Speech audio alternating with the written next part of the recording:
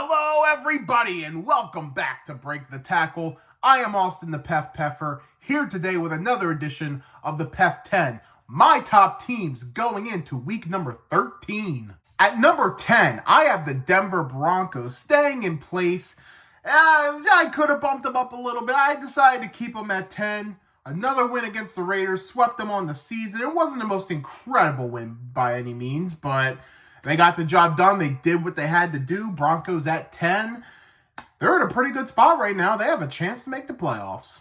At number 9, I have the Minnesota Vikings, who I feel like I've kind of been neglecting lately, and I feel kind of bad for it. I mean, they're 9-2. I mean, they're pretty much in the driver's seat to make the playoffs. It's a matter of how far they make it. I have some concerns. Yes, maybe Darnold's coming back to earth, but this is still a really good Vikings team, and they're more than deserving to be in the PEF 10. Vikings at 9. At number 8, dropping a little bit, are the LA Chargers. I mean, they beat the teams they need to beat. They beat the teams they should beat. But when they got to go up against those top-tier teams, they might shrink. Now, it was looking pretty good early, and then Ravens took over that game, and, Quentin Johnson dropping the ball. The Chargers are on their way. They're not a Super Bowl contender this year, but they are on their way of getting there, in my opinion. A few more ads, one more offseason, and I think they have a real good shot. But for now, Chargers at 8. At number 7, I have the Green Bay Packers. Between 7 and 6, I was going back and forth. I decided to keep them at 7. Big win against the Niners, although it was probably more of a Niners loss because they are suffering now. But big win for the Packers still. They kind of get that monkey off their back of not being able to beat the Niners, albeit the circumstances. I feel like they needed that game to get their confidence really boosted up, and I think it's getting there. We will see how they do rest of the season. I don't feel great about them being, a Super Bowl contender at this point, which I had them making the Super Bowl in my predictions before, which, I think they're probably just a little too young at this point, but I think they're on their way up there. Packers at 7. At number 6, I have the Pittsburgh Steelers falling out of the top 5. Now, they only dropped one spot, and maybe I should have dropped them lower. And yes, that was a pretty rough loss, a loss you do not want against the Browns. You're going on a Thursday night game, coming off your most physical game of the year against the Baltimore Ravens. I kind of felt the letdown spot. It's just one of those spots you just knew it was going to happen. I'm not going to overreact just yet, but it is a little concerning, yes. But let's see how the Steelers do moving forward. Steelers at 6. Before we hit the top 5, let's give props to some teams that got some wins this week. Couldn't quite make the PEF 10, but wanted to shout them out.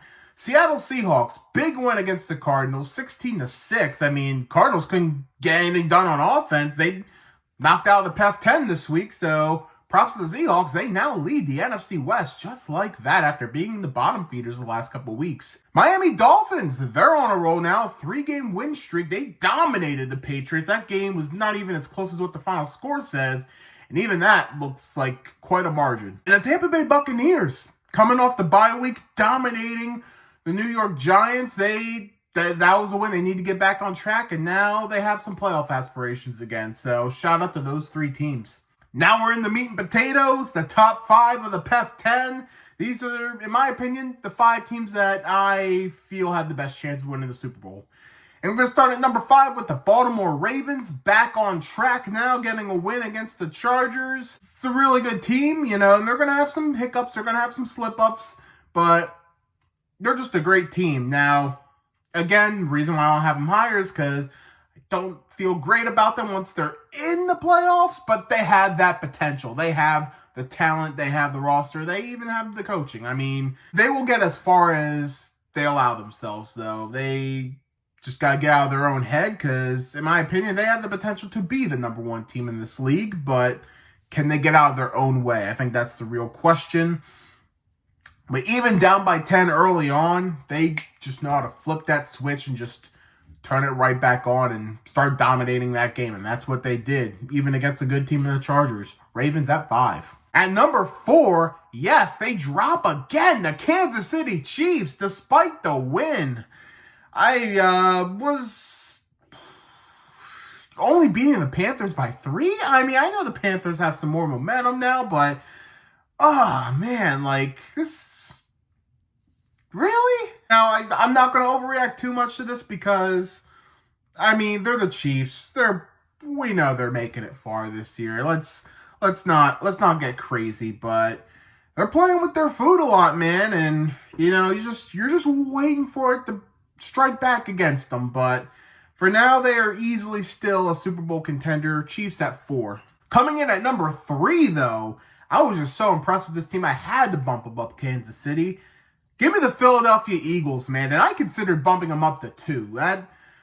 Saquon Barkley is a cheat code. It is just not fair. My God, this guy ruined my week. I was up by 40 points in fantasy before the Sunday night game, and I ended up losing by almost 30! Sorry. Barkley's a beast. Any mistakes that Eagles roster can make, any mistakes that coaching can make, Barkley can just undo it all like that. He is magical.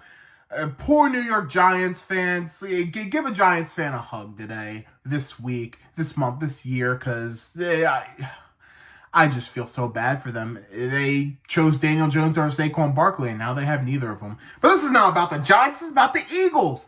Man, Barkley has just unlocked something special, and I went from start feeling like selling my Eagles stock to maybe buying into some Super Bowl stock. That's how impressed I've been with Philly lately. Eagles at 3. At number 2, I got the Detroit Lions. Man, I mean, they get the job done. Again, it wasn't the prettiest game of all time, but the best teams, they'll just win those ugly, boring games and be like, yep, what are you going to do about it? And that's what they did against the Colts this week.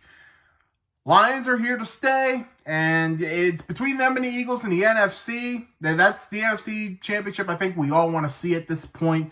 Lions at number 2. And staying at number 1 this week, they're on the bye week, so not going to punish them. The Buffalo Bills. I mean, we'll see how they do next week.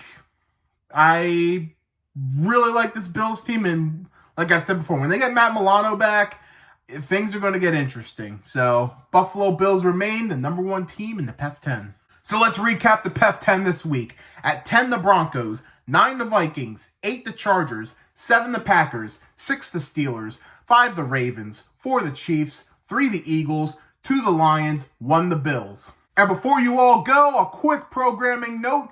My weekly picks, week 13, it will be out late Wednesday night this week. Not on Thursday, not on Thanksgiving. I'm going to do a little early this week, so slight programming note for you guys. Stay tuned for that. That's going to do it this week, and now let's hear from you. Share in the comments, what did you think of the PEF 10 this week? And who are your top 10 teams going into week 13? Also, be sure to give this video a thumbs up if you enjoy it. Hit the subscribe button for more content by Break the Tackle. Check out our Facebook and Instagram pages. You can give us a follow there. Thank you all so much for watching Break the Tackle. We love football. We talk football.